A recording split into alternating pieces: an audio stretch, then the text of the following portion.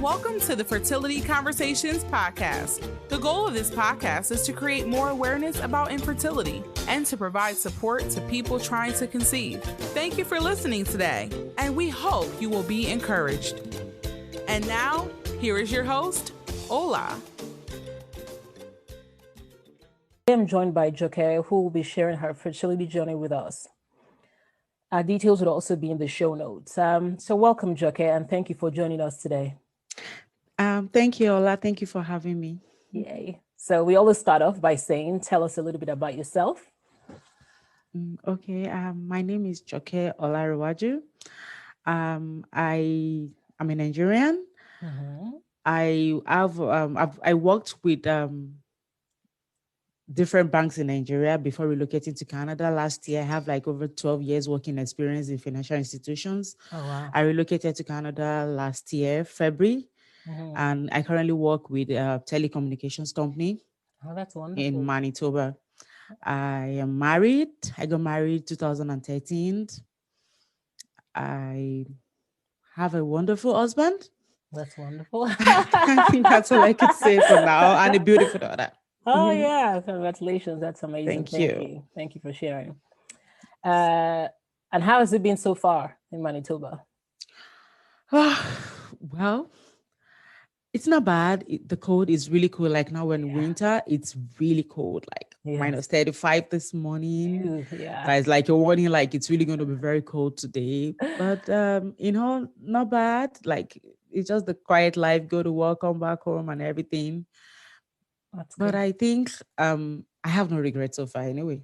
Okay. That's the honest truth. Yeah, that's good. I'm glad you're happy. Yeah.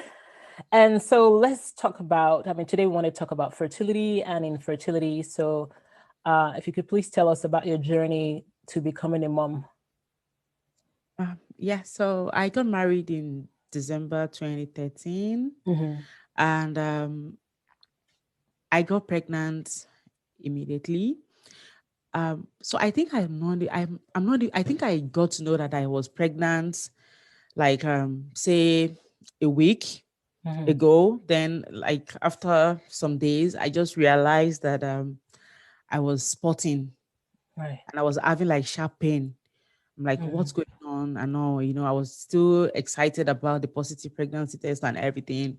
So I went to work that morning, but the pain was very crucial. Like I was really, in pain. I wasn't comfortable. What's going on? So I just called my husband. I was like, okay, maybe you should go to the hospital. I know that I'll meet you there, or when you're done, you can just go home and everything. So I went to my hospital. I got there. I told them, they asked me to go for a scan. And then while I was doing the scan, the look on the guy's face was shaking his head and everything. And then they were discussing something. I'm like, okay, what's going on? They just said, okay, I think you have an ectopic pregnancy. You have to go back you can't go home right now. You need to go straight back to the hospital, and they need to perform a surgery. I'm like, what is ectopic pregnancy? I've not even heard the word before in my whole life. Like, I don't know what that means.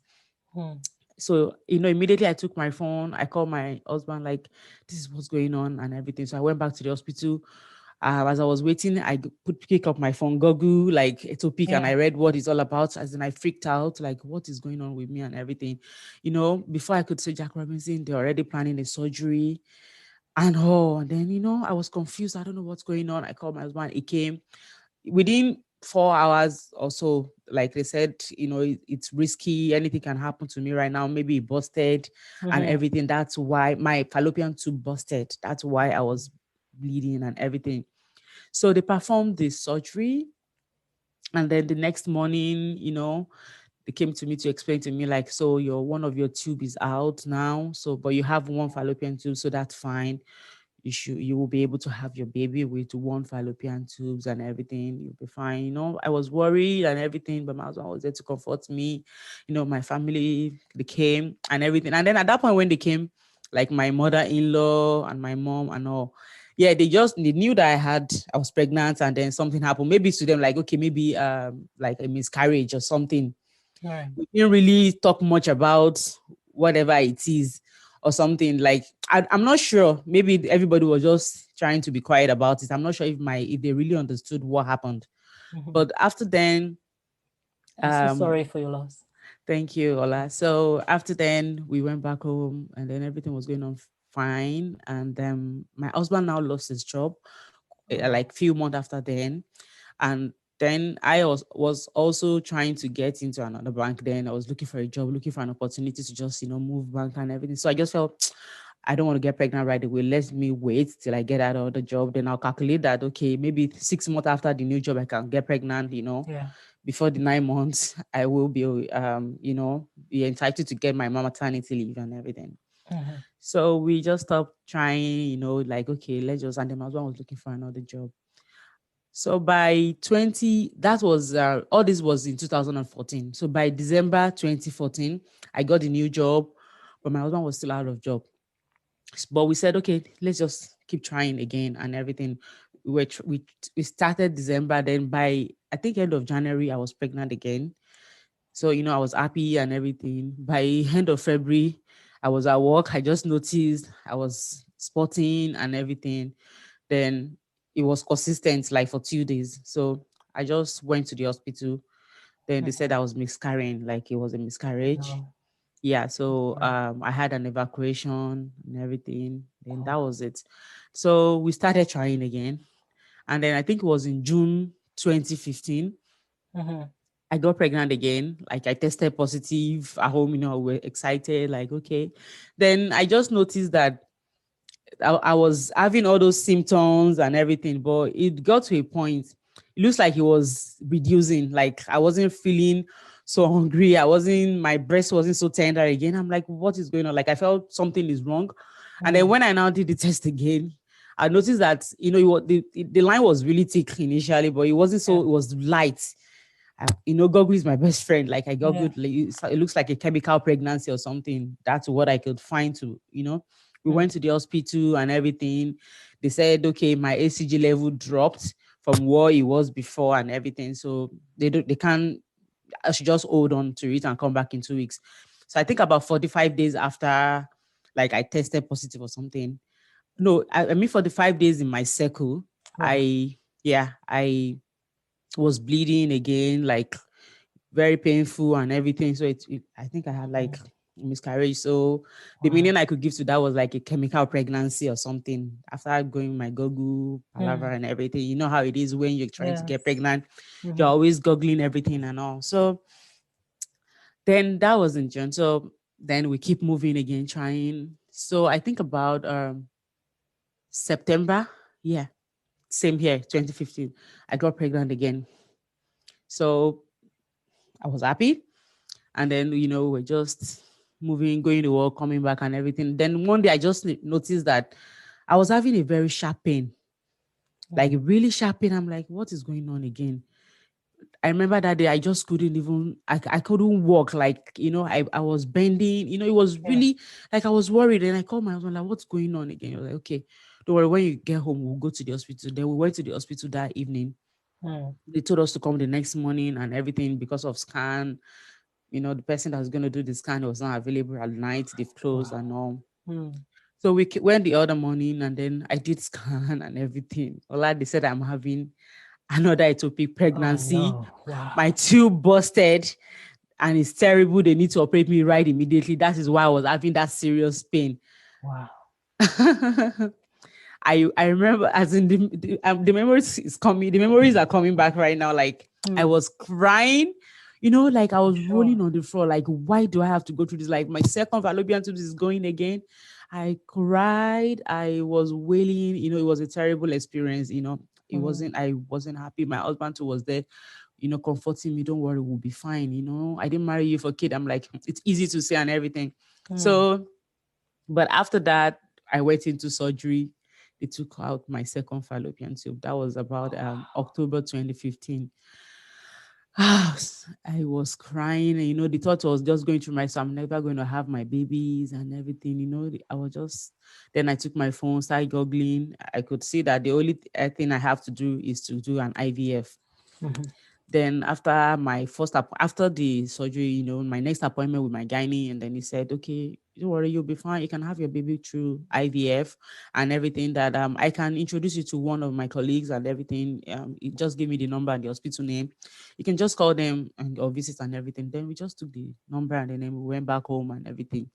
So, and at that point, even my husband was working in a bank too, but he lost his job, so he couldn't. It wasn't so easy. He wasn't Yeah. getting a job. Things were really tough because it was just only me working and everything. Then now the issue of IVF is coming into the picture. Like, how do we raise this kind of Yeah. money? Like, how? But okay, so I think it was in that December 2015. We went to the hospital, we met the doctor, we discussed with him and everything. I told him my history and they were like, okay, like I look like a good candidate for an IVF. So that's a good option that I can go through and everything. Then we discussed the money part and everything. I said, okay, no problem. Yeah, we'll be back. Then maybe I got my they usually pay us at the beginning of the year, bank and everything. Nigeria, they pay us up front. I took everything. I have my savings and everything. I paid for the first one in January 2016. Wow. Like I wasn't just wasting time. Like, so I just wanted to make it happen. I know it's not in my power, but at that point, maybe I didn't know. I was just trying to make effort to just get things done and everything. So in January, I paid. We did the procedure and everything. February, it was negative. It didn't work. No.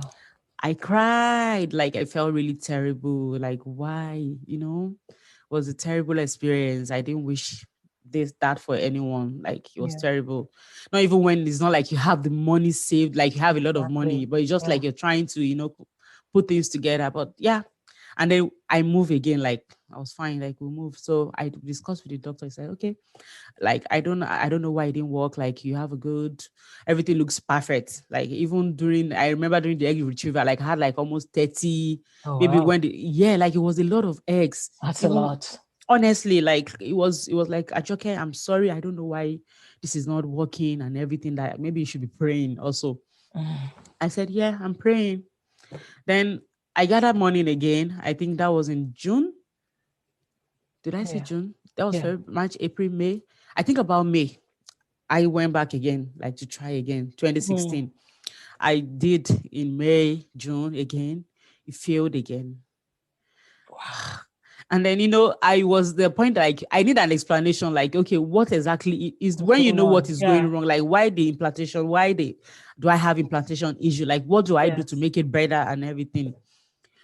No explanation. Well, I don't know, but at the end of the day, at that point, I got to realize that it's God that gives children.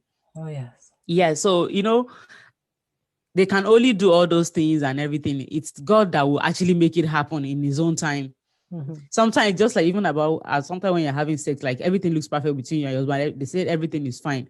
Then you're having sex over time to get pregnant. And then it might not just work for like some months.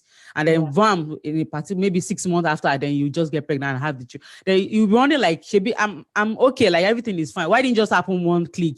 To some people, that's their story. Yeah. So, I just trying to understand that, okay, it's God that will still make it happen and in his own time, I was just, then I gathered money again the third time. My life was just about IVF, raising money to do IVF. So the third time, in 2016, that was about, I think, October, November. So again, I did the third one. And then it didn't happen again. Oh no, wow. So I was crying. I remember in my doctor's office the day, I was crying. What's going on? Why do I have to go through this? I know. And they was like, okay, well, I don't know what's going on. It's okay. And then at that point, I think I was about 32 or 33, yeah, at that point. So I got married at the age of 31. So, it was just like, okay, I don't know what to do again. I'm like, I don't even have any money again. I can't even afford to go into another circle right now. I told you my husband's issues about his job. He lost his job, and then he was just trying to do some few business one and there. So it's not like we have that a whole lot of money and everything. It was like, okay, don't worry about it. Whenever you're ready for another circle, come back. You know what? Till you get pregnant, just come back. I'm good. You won't be paying for IVF procedure with me. Yes. Wow. That was my turning point. That's amazing. That's what the doctor told me after my first, the pain for the Imagine. first three.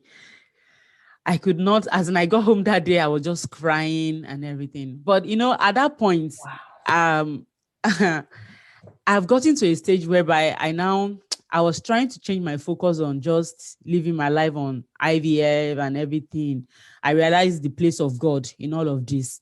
Mm-hmm. Like, okay, I was thinking, okay, about purpose. Like, do I think there's a reason why God is making me go through this? Mm-hmm. Like, is there something He wants me to learn?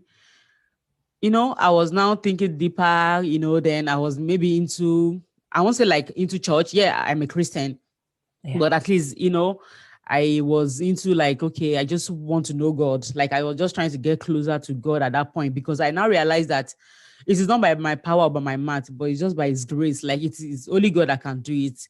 And I've realized at that point also that have you ever seen where worrying has ever changed anything in this life? Worrying can never change anything, but the only thing that can make a difference is God. Mm-hmm. Even if you're not a Christian, worrying will not change anything for you. But when it happens, it is time for God. Like God says, that's the right time for it to happen. That's why it happens at that point. So, I just wanted to just, focus on God and everything. Mm-hmm. So even on the third attempt when they failed, yeah, I cried. I felt really bad. Like, why do I have to go through this? But I wasn't as down as the way I was for my two first previous IVS and everything. I was a bit getting kind of stronger, like trying to understand the place of God in all of these, trying to, forward, looking forward to, having a relationship with Him. I don't want to just be my life be about just IVF and everything. So Mm-hmm. when my daughter told me like I shouldn't pay again, that looks like a miracle. I just couldn't Yeah. even, So by January 2017, again, I went back. We did the procedure in January 2017 and February. It failed again. And then at that point, I've Mm-hmm. started doing my own personal work. I remember my doctor said, okay, Joke, I think since it's an implantation issue we are having with you, that I usually have a lot of eggs and everything. Mm-hmm. So it's not like, and then fertilization is really great. Mm-hmm. So he doesn't think it's the only thing he think we should do again is maybe looking at the option for why my implantations are failing. Mm-hmm. So what do I need to do to make a difference? It was just I said, which I did womb scraping. Oh my God, that Oh was a wow. painful experience. Like Mm-hmm. no anesthesia, no anything to make me, as Yeah. in, right, putting something in my womb and scraping it. Like it was painful experience.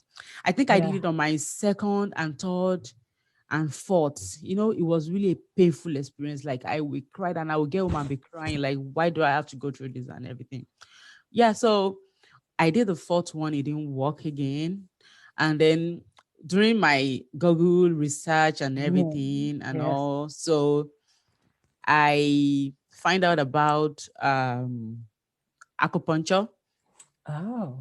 Yeah, so that was a place in Nigeria somewhere. I find out they're doing it there. I went there. I did that on my own during my procedure. Like even like I didn't even involve the hospital because I think they didn't believe in it then. So I was just desperate to do something different. I Yeah. did acupuncture. Then I also took intralipid. Oh yes. Yeah, I took intralipid over there and everything. Yeah, but fourth attempt didn't work. Then I did on the fifth attempt again in 2017. I think that's about maybe April, May, June or so. Yeah, Mm-hmm.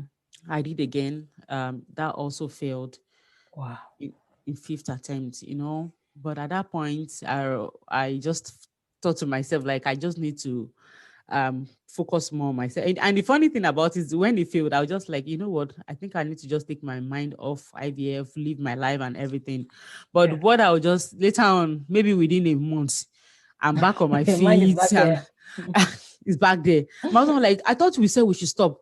I said, Let me don't worry, I'll be fine. Let's give it a try. I'm not gonna give up and everything. And then naturally that's my spirit. I don't give up easily. Like I just, so I said, let's try again. And then imagine I didn't pay on the fourth, I didn't pay on the fifth attempt. Wow. Everything and everything, like, was That's just divine God, intervention. Yes. honest. Then on my sixth attempt, I went again and then I did that procedure.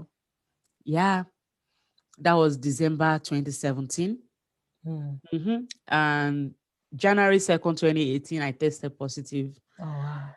I was Amazing. pregnant. Yes, so I was so excited and everything. And then that's when my story changed. I had my daughter September 12th, 2018.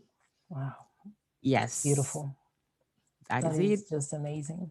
Yes. And then funny thing is, in 2018, well, actually, at each time that I did those procedures, I remember my doctor, he's not the one that would transfer just one embryo.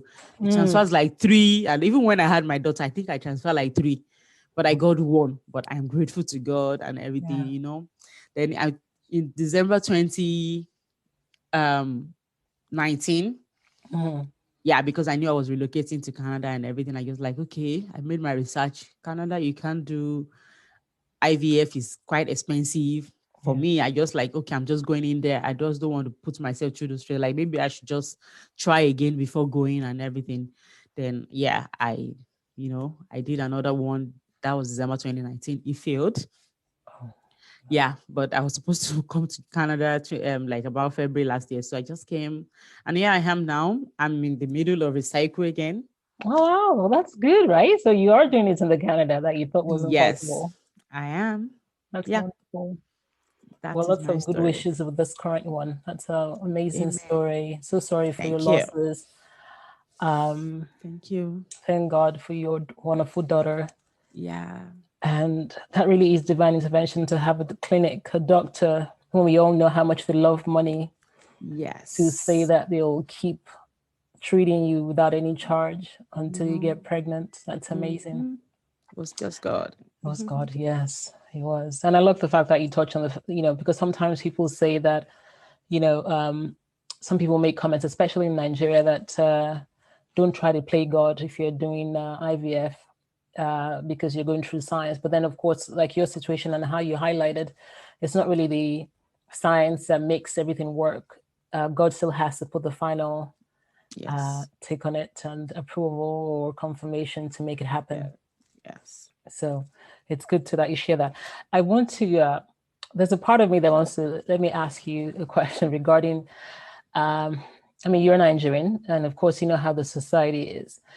By the time you've gone through so many losses and then losing both tubes, even with your faith, was there at a point in time where you wondered, as they say a lot in our culture, if this is some kind of village people, voodoo, or there's something spiritual, or was there a point in time that you wondered about that?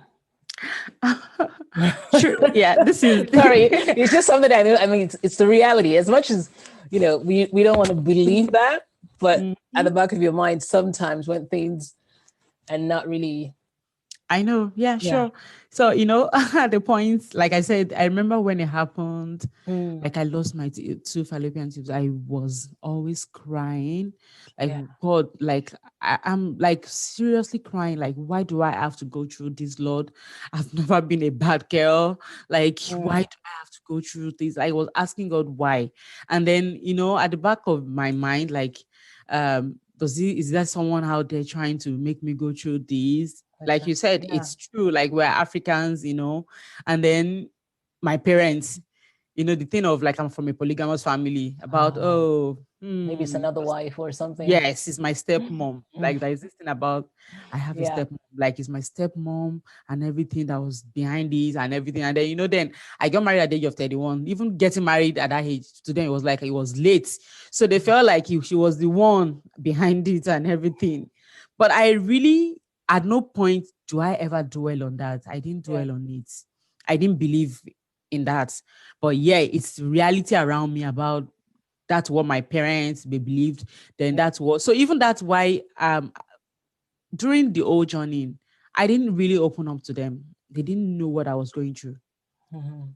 None. They didn't know what I was going through because what they are thinking is different from like I'm in my reality. Like this is the way forward, but they were still thinking about it is somebody out there, I wish I can actually say it in my language the way they were like and then, cursing the person like, oh my, she's the one that is making my daughter go through all this and everything. You need to run away. Don't speak to them again. Even, I'll just be looking at them. Yeah, okay, Mutibo, like I've heard you and everything. So it's my reality. Like you're right. Like it's something my family believes and everything. Even it's till many of us believe that. As much as it doesn't matter if you're Christian or Muslim or any other religion, at the back of your mind, because it is how the society is, and there's a lot of spirituality and everything. So it'll come across your mind. I know, right? Yeah. There was a point in time that I was speaking. My dad lived in the US, so. Right. That was the time I was speaking. We're just talking on phone about something and everything. I don't know. I was just overwhelmed. I'm like, you guys don't know what I'm going through. Like, I just had an IVF procedure. If you're like, you did IVF, millions of naira. Why are you going through this? Why didn't you tell me? I would have told you to go and meet one woman. Is a traditional herbalist that do for child fertility. She will give you some herbal concoction. When you drink that, you're gonna be fine. Why are you doing all this? I'm like, Daddy, like, okay. I was joking. I was just trying to, I just had to change the story. Yeah. In my head, I'm like, I don't have fallopian tubes. And then you want me to go and meet a fertility, like, an herbal fertility to give me a concussion, whatever. Like, is that going to work for me? Like, that's what I was thinking. Like, I don't think that will work for me, I had to call them off. So actually, while I was going through it, my parents, they didn't know what I was going through. Yeah. I certainly appreciate that. And for them, it's not really their fault at the same time. It's because that's what they're used to. That's what they believe. And they don't really understand the details. Like, even if you say you don't have any tubes, they're like, okay, what does that mean? Like, to them, it's like, oh, that's nothing. It can still be fixed. Right. Yes. So that's the way they're going to keep thinking. Right. So we need more awareness at least for the younger ones, if not the older ones, because it might be too late to change them. Honestly, it is. It's going to be too late to change them. Honestly. Yeah. So, still talking about culture, there's a lot of stigma attached to, infertility, and especially women. How did you find support during that time? Like during the whole time when all this was going on in your journey, was there a lot of support from friends? Actually, I was like a loner. It was, I wished I had that support, but there was none. I couldn't, even my closest friend. Yeah. I couldn't talk to them about it. Why? Because everybody, they got married, they got pregnant immediately, they have their babies and everything. And I felt like they won't even understand what I'm going through. And then I don't want pity. I was running away from pity. That was what I was running. I don't want anybody to pity me, to say, oh, sorry. No, I never wanted that. So it was just between me and my husband. We didn't tell, but then I think along the line, in my office, there was, I have a colleague.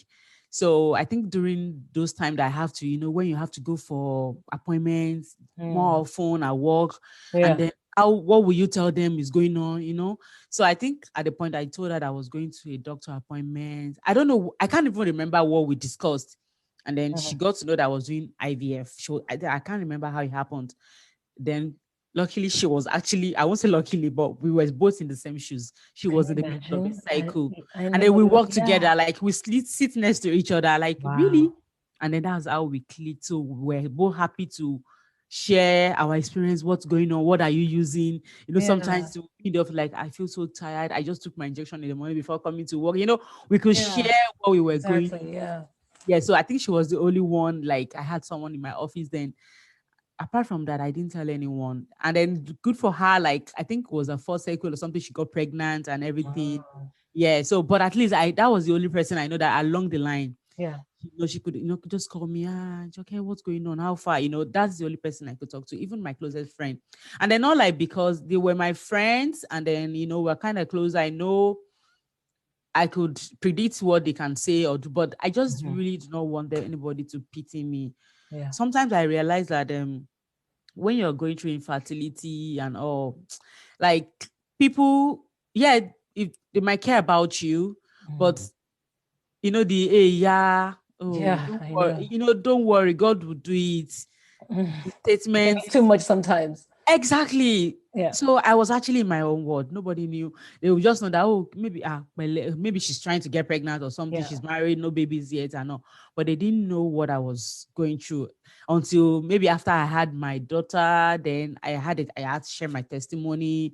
A lot of them were surprised, opened their mouth, like really, and everything.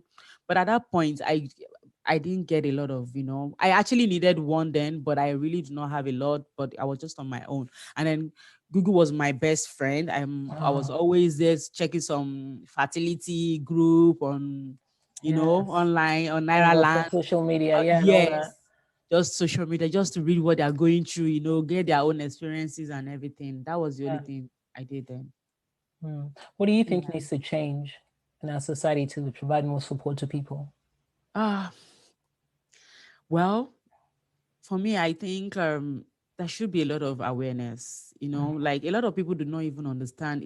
For me, I won't blame some people because you just got married, you get pregnant. Even before you get married, you're pregnant They're already already. pregnant, exactly. Yes, exactly. Even when you were not trying, it happens immediately. You don't even know that like somebody out there trying to go through this. And then a lot of people do not even understand the causes of infertility. They don't even know what can be the causes. Like, so is what you don't understand, what you don't even know. How do you want to, know how to react to it or how to give support to those things? I know. So I think there should be a lot of, awareness. But how would that happen? I don't even know, because if you don't have any struggle, or you don't have any business with something, I don't think anybody want to go out there and Giving find out about that attention. thing. Yeah. Exactly. But a lot of people don't even know what you're going through. So how would they even understand all the options out there? Yeah. So, So we but need more basically, awareness. we need more awareness, basically. Yeah. What about support from the workplace? Because, when you mentioned your losses, I always wondered, or rather, I was wondering, was there any bereavement packages at work? Did you get paid time leave to deal with No, some of, like, I no? never got any, Was nothing. there any, or you just didn't, or there wasn't? There wasn't anything like that. Nothing. It was just, maybe I had to if I had to be away, take my annual leave and Oh, everything. wow. Yeah. So there wasn't anything. So we I'm still not have a long sure. way to go as well in terms Exactly. of I'm not sure there is companies. any in Nigeria. I'm not sure there Yeah. is anything like that. Yeah, companies Yep. definitely need to do a little bit more. Mm-hmm. And even in terms of the fertility packages as well, in terms of providing some kind of support, in terms of like the fee, the cost of Yeah, like IVF treatment. Because mm-hmm. many And then companies now have some kind of health packages, right? Like health benefits in terms of someone has maybe an illness or there's some kind of package. yes, but they don't have IVF in most of Yeah, those packages. yeah, Yes. that So, needs to it's change. something they should look into, Exactly. because at the end of the day, you see, um, if 10 women are standing, I'm sure maybe two or three of them are going through fertility, infertility Ah, issues and everything. yeah. But, because we don't openly talk about it, even for me, I think our environment, if you talk about it, it looks like it's awkward. I don't know. Like people don't talk about. I remember when I go for my appointment at the hospital, I'll see a lot of people like were waiting to see the doctor, like maybe 10 women, young women like you. In my heart, like I really wish I could talk to someone to Talk to say, them. Yeah. hi, what's going on? How are you? I just wanted to just talk. I'm ready to share. But Yeah. but everybody would just carry face. Like I couldn't Yes, even everybody's reading a approach. magazine or looking away. Exactly. Yeah, they're looking away. Nobody wants to talk about it and everything. No, when I'm going through my cycle, like I wish, like I go to the hospital. Do you know I go to the hospital sometimes, like to take my medication, injection, my scan. Yeah. Then I'll see a lot of people, like we're always coming the same day, meaning Same that time. we're doing Yeah. cycle at the same time. It would be my joy to like let's share experience. Like how are you reacting to the injection? What are you doing right? What are you doing wrong? And everything. Then at the end of the cycle, I want to know, did it work for you? Did it work Yes. for you? But I can't, because nobody is ready to talk about it. Like everybody is always. Yeah. So I think it's a cultural thing. It is. Yeah. It is a cultural thing. I will say it also has an effect on me too. Like I said, I wasn't really talking about it to people, but until I had my daughter, then I was actually ready then to share. Like I just wanted to, just for me, I would say to glorify God, to share my story, to encourage someone along the line Yeah. and everything. But the cultural thing was just still there. You couldn't It share was. free with Yeah. people and all. Yeah, and it's funny enough, even in like other countries, you see people put up a post that no one talks to each other in the waiting room of fertility clinics. So you have, I think it seems like everyone is just, I don't know if the word is ashamed or just don't want to be there, and so they just want to find a way to just like keep busy and then go in and get out without talking to anyone. I know, right? Yeah, I think that and those would be the best friends to have, like you said, right? Honestly, yeah, people you can, they'll understand your story, your joy. You know, we can share freely with them and everything. But no way, I know. Nobody wants to talk to you. And for me, like, I'm always willing, like, you know, I'll just hi, you know, they'll just eye you and just, you know, and look away quickly. Look away quickly. They do, you know, and then in my head, I'm like, I don't want to be too forward. I don't want them to, like, you know, so I'll just I just move on and everything, you know. We hope that changes. How is it in Canada now? Are you find, well, I guess it's different now because there's COVID as well. So everyone is a little, we don't have a lot of people. It's different. No, we don't have a lot of you don't have a lot of people. Well, no, you don't. Yeah. So when I go for my appointment, I just, you know, I don't even get to see anyone because appointment time is different. You know how it is around. Exactly. Here. Yeah. Exactly. So I haven't met anyone along the line. Yeah, I haven't. Just me or someone that come in before me, and then, you know, white people are actually quite different. Everybody will face their front and move. I don't know.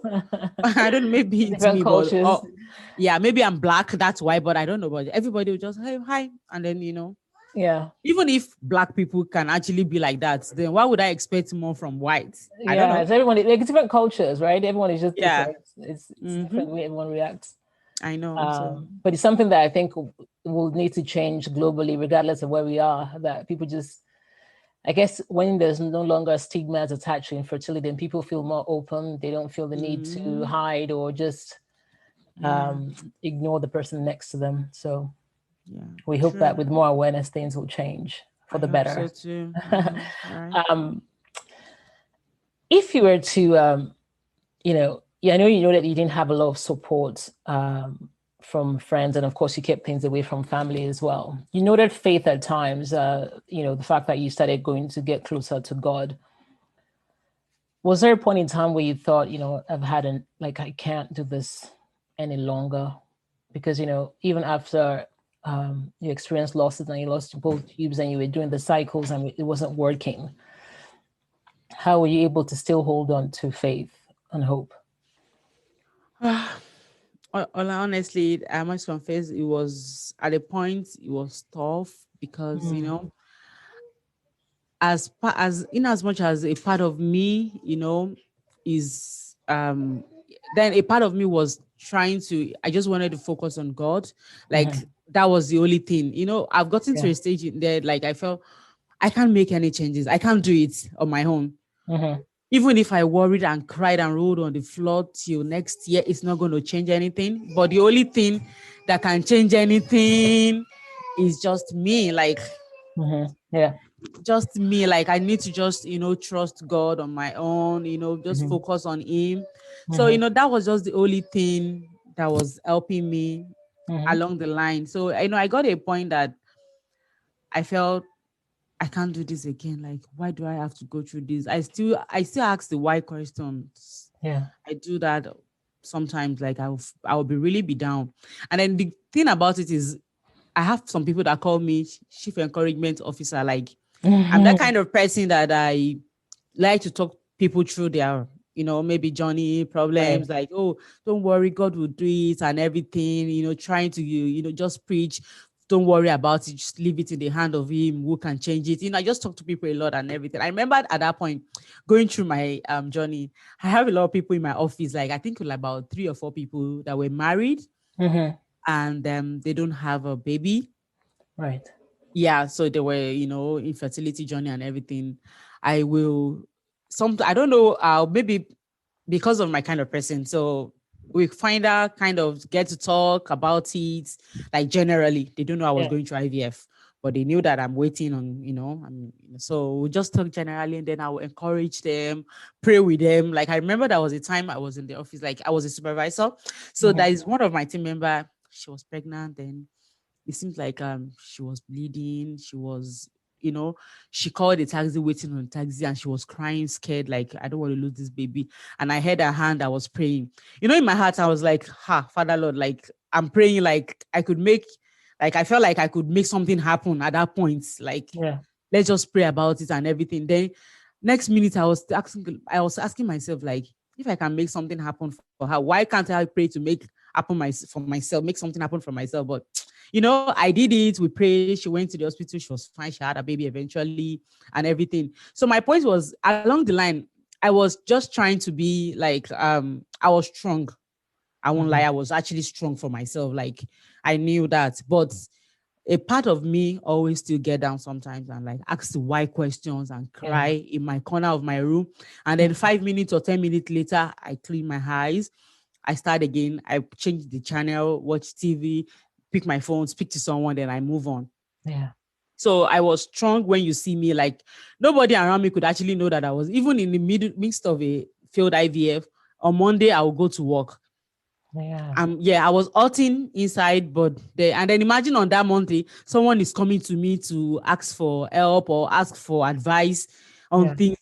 Do you understand? So I got to a point that I just have to be strong, and then I was able to just cope and everything. Then trusting God was just my bottom power. It's good how you highlight that, but I think, like we noted earlier, there needs to be a little bit more support, even when you're going through IVF, because can you imagine? I mean, there's so much hormones, the injections, the impact on your emotional well-being. Yes. And then you're going to work, you're rushing between one place to another. If someone has a failed IVF cycle, you have to come back to work again the next day like nothing happened. Yes. There just needs a better understanding in terms of packages available to individuals and couples dealing with infertility. I remember those times that after taking my injections, maybe before going to work in the morning and everything, and I'll be feeling dizzy sometimes, nauseous and everything. Then I'm doing some stuff. We have to go for a meeting. Then I need to put up with a lot of things. And then I have an appointment maybe for 2 to come for my scan at the hospital. Wow. I went 2 days ago. I don't know what to tell my boss today that I am supposed to, that I am going again, because I told her 2 days ago that I need to go for an hospital appointment. Then I will try and say, okay, my break is 1 hour. I will go during my break time. And then it's far to and then I will go, then I will spend like 2 hours. I will because that's how it is many times. Yeah, I'll be back. Then I need to just find a way to, explain again and try to make up the time. And it's a lot of, it wasn't easy, honestly. If I remember those moments, it was really a very hard time, really hard. It was really hard, but certainly certainly things that we can advocate for and hope for change in the near future. Amen. I wish so. Amen. Yes. And if you were to look back now at Joke in, like, I don't know, 20-year-old Joke, what would you tell her? Knowing everything that you know now, what would you tell her? Oh, what would I say to Joke 20-year-old? Well, for me, I think what I would just say to Joke is just trust God always. Like I keep, what I say to myself, like it's like a motto to me, like I keep it at the back of my head. Yeah. Worrying does not change anything in life. Like I don't like worrying myself about things I don't have power over. So, what I just do is just trust God. Like, okay, Father, Lord, I can't do this on my own. I put it in your hand. Make it happen. Make a change. This is what I want. Do it for me. And then I move on to another thing. So I would just tell Joke to, don't worry about things. Trust God in all things. And then, He make things happen in His own time. Yeah. But I know sometimes as a human, it's easy to say, but when we're going through those problems, it looks like, when is He ever going to do it? Will He ever do it? And everything. Yeah. And then on my faith journey, I remember during those my IVFs period and everything like that. So there was a time that my boss, so I had a new boss, woman. So I thought she was going to be a little bit understanding and everything. So I think I tried to open up a bit because of I'm always trying to ask for excuses to go and do stuff and everything. So I tried to open up a bit for her so that I will be able to, when I'm going, at least she understand that she will be wondering, everybody will be wondering like, why is she always going? What is going on and everything? Yeah. So I remember there was a point I can't remember the question she asked me. I think I was actually in the middle of an IVF procedure self. Like I think I was waiting for my 2 weeks. The 2 weeks, that's when you don't know what is going to happen and everything. Then I can't remember the question she asked me. But the way I told her, I think, oh yeah, this is what happened. I think I wasn't at work for like a week. I think I took 5 days leave so that I would rest. When after the 2 weeks wait for an IVF, you have to, wait for pregnancy tests and everything. I usually take like a week off work. Then the next week I can be working till I did my pregnancy test. So they all thought, people, they will talk at your back, like, what's going on? Why is she not at work? Is she pregnant? All those things. So you see, maybe they've been saying stuff like that. Someone told me like they had a meeting that they were saying that maybe, Joke is not at work. Maybe she's pregnant. I'm like, I really like, why would the they whole talk meeting? about? Can you imagine? As in, so, so she now was saying that I know that you are pregnant. You don't need to hide it. You tell us, let us know so that we'll be able to make her. I'm not joking. Like, and I wasn't pregnant. I don't know yet. And then she said she knows that I am pregnant and everything and all. She said a lot of things and everything, trying to be like, she's sure that was why, but I need to open up and let them know so that they will make adjustments and know that I won't be there. I don't understand. Like, if you are, won't you tell her when it's time is right? Like, I mean, I don't understand. And then, when she said that, she's like, I was looking at, she said, yeah, Abi, are you not? I said, yes, I am. I just said, yes, I am pregnant. And then she just said a whole lot of things and everything. Then I went out. I remember that day I went to the bathroom. I was crying. I cried. And then I was like, Father Lord, as in, I was just asking like, no, I don't just make this happen. Like I received this, as in, I won't lie. I wailed, as in, I cried. I felt really bitter. I wasn't happy. Like, I was just like, okay. Then I moved on. I think it was actually on that particular cycle. It was the second day that I went to do my test and I was pregnant. Oh, wow. Amazing. Amazing. Yeah. So for me, like, okay, it was just thank goodness you claimed it, right? Yeah. I claimed it, right? Like, well, it just happened that way. Yeah. But, my point is just like, people would assume things. So, that's basically part of the reason. And I remember sometimes during my cycles too, maybe, when you're using all those drugs, sometimes you might have to eat in the morning because you have some drugs to use, or maybe because of those injections, you had weight, changes and everything. Oh, yes. I knew that there were some of my colleagues like, you're pregnant. And they'll be saying stuff like that. I'll just be smiling. Yeah. And then it will fail again. People that have noticed that I was maybe eating, doing stuff, then I wasn't eating again. I'm sure they can come to me and ask me, oh, sorry, what happened and everything. So those are part of the reason why I just wanted to keep to myself. Because there are actually a lot of ups and lows during the process and everything. For people that are closer to you will know these things. Because they will see that you're adding weight.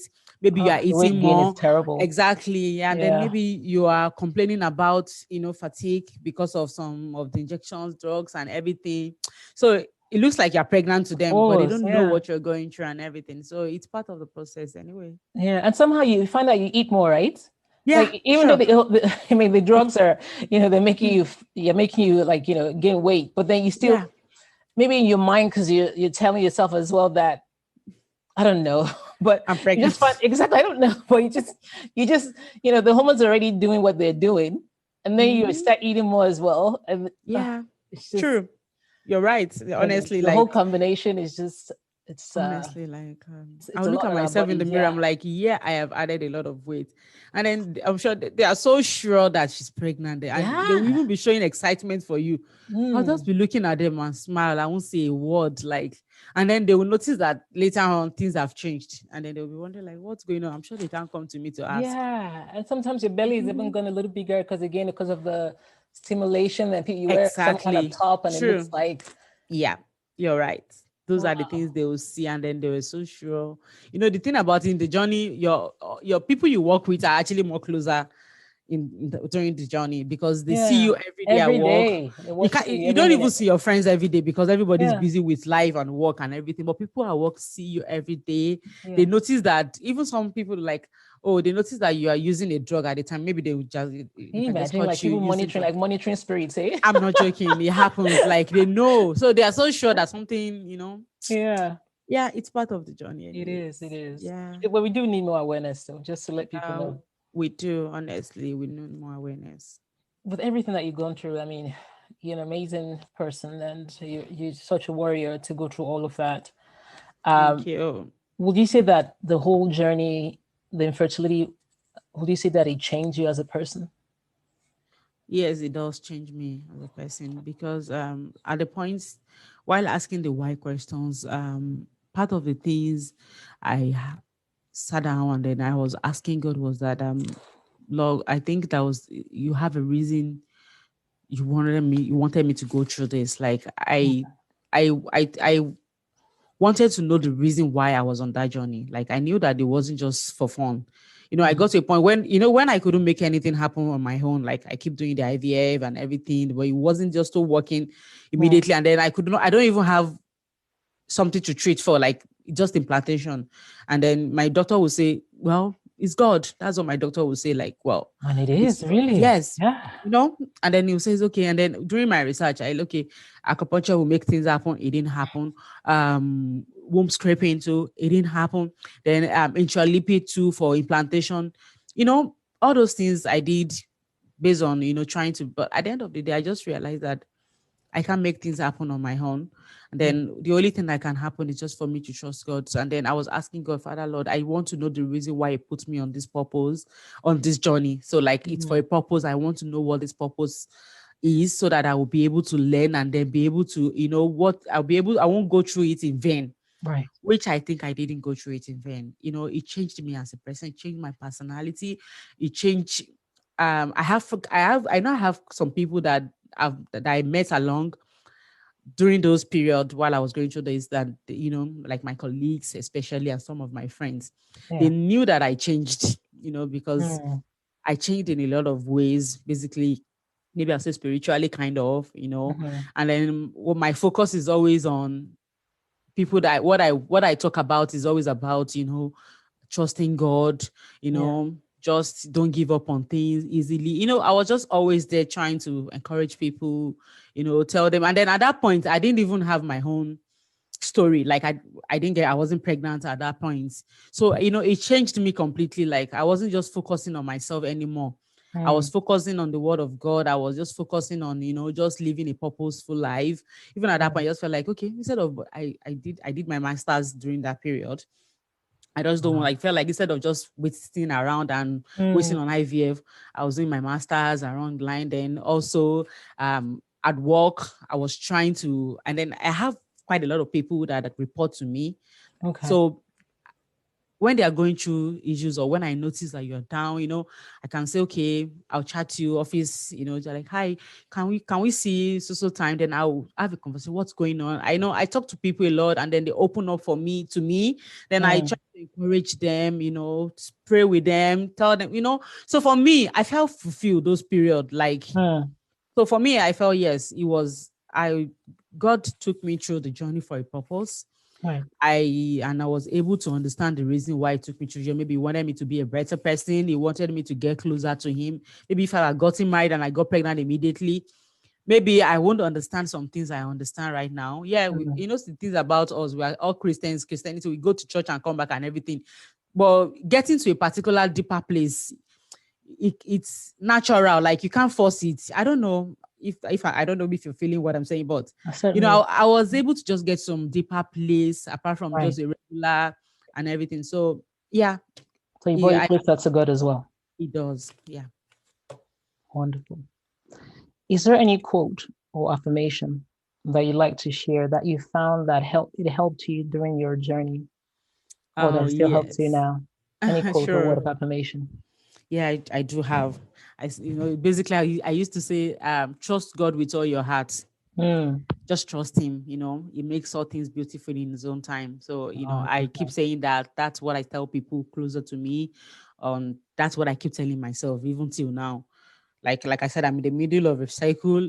I understand the game. I don't know what will happen, but I'm trusting him. Like, that he'll make everything beautiful. Yeah, I'm just trusting him. And then, I said, and another thing is, he says, seek ye first the kingdom of God and his righteousness, and every other things will be added unto you. So, just focus on God, try and be closer to him, seek him, and then every other things will be added onto you. He will add everything to you. It's like a two-way relationship with God. Yeah. The thing is, we always expect him to do. Then are we doing what he wants us to do? As well. Just like parents are to child, like a parent will say, if you do this, I'm going to give this to you. But if you don't do, I'm not going to give it to you. Then if they won't, you don't expect them to fulfill their part when you don't fulfill your own parts. So, I just feel it's a two-way relationship. We should just get closer to God and everything. And then it makes all things beautiful in His time. Thank you for sharing that. And I also like the fact that, you noted earlier that you did do your own part in terms of everything that you felt you could do to try to get pregnant. You accessed the fertility treatments. You did use the intra-peds when you saw that things were not working out. You used acupuncture, did everything within your power. And then you also sought God's face and prayed. So again, I think it's always important to reinforce that, especially in our society, just to say that, it's not, none of it's necessarily isolated. And just because you're doing science doesn't mean God is no longer a factor. So it's important to also highlight that. So thank you for that. And as a wrap up, Joke, do you have any words of encouragement for any woman out there or any couple listening to you right now and currently dealing with infertility? So what I would just say is to anyone going out going through infertility right now is, I am still in the journey also, and I have a daughter now, but I am still going through it. And then what I'm telling myself right now is trust God. Mm-hmm. Yes, He's the only one that can make it happen. Just trust Him, and don't give up. If I had given up early during my process, maybe I won't have my rainbow baby now. But it can be tough sometimes. Some people will say, like, after going through first 2-3 IVFs, I don't think I want to go through it anymore and everything. I know it's tiring, your body change, you had to wait, a lot of things, expensive. Yeah. Even a lot of people, do you know how many people that are out there, they don't even have the money to go through one cycle? Not even a blood test. Exactly. A lot of people they don't even have the kind of, I would say, grace that I received from God. Of course, that was divine intervention from that doctor. So telling the doctor to tell me that, you know what, don't pay, I'm going to do the cycle for you for free. And then for good 3 cycles, I did without paying a dime. That's amazing. So it's only God that could have made that happen, honestly. Definitely. Exactly. So sometimes when maybe in the whole thing I'm saying, God, this is my story. Yes. It was beyond me. It was just God that could make that happen. So I'll tell anyone out there, just trust God. Don't give up. Just keep trying. Keep trying every options you have out there. Keep making research, whatever it is you can do. And just keep trying. Don't give up. And now I am 39. And I'm going through a cycle. I've gone through. I've read a lot of things. They'll say age factors are affecting and everything. I know, but I'm not even bothered about that age thing. I don't put my mind to it. I'm just trusting God. Like, okay, let me just get it done, and then put my trust in Him and everything and all. Yes, let Your will be done, God. Yes, let His will be done. Yes, amazing. Thank you so much, Joke. Thank you, Ola. It's just such a blessing to listen to you. Again, like I noted earlier, such a warrior going through all that you did and still holding on to God and staying hopeful. I'm sure everyone listening has been inspired, has been encouraged, have had their hopes renewed by your journey. Thank you so much for coming and sharing so much wisdom as well and sharing your story, because we need to keep hearing all our stories to encourage other people and to let other people know they're not alone. So thank you so much. Thank you, Ola, for having me. I'm glad I could share this. Yes. And best wishes with your current cycle. And we hope to have you again in the near future. Amen. Thank you. Thank you. All right. Have a great day. Thanks for joining us this week on the Fertility Conversations podcast. If you enjoyed this podcast, please give us a 5-star rating and subscribe. Follow us on Instagram at Fertility Conversations. If there are any topics you would like to have discussed, please send an email to fertilityconversations@gmail.com. Be sure to tune in next week for our next episode. Thank you again for listening. Take care of yourself and do stay hopeful.